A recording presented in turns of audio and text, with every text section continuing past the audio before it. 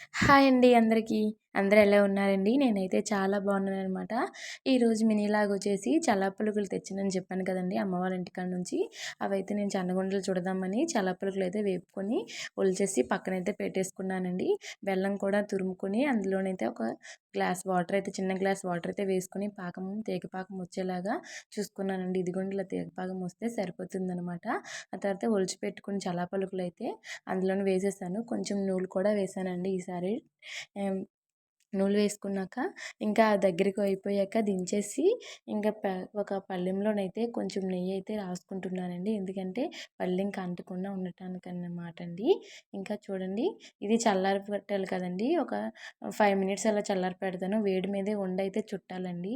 లేకుంటే గట్టిగా అయిపోతుంది. అందుకని వేడి మీదే నేను ఉండ చుట్టేస్తున్నానండి. చూసారు కదా! నెయ్యి రాయడం వల్ల చాలా స్మూత్‌గా వచ్చేసిందండి. ఇక ఉండలైతే చుట్టేసి వేరే పళ్ళెంలో పెట్టుకున్నానండి. అంతే అండి నా వీడియో. నా వీడియో మీకు నచ్చుంటే ప్లీజ్ అండి షేర్ చేయండి.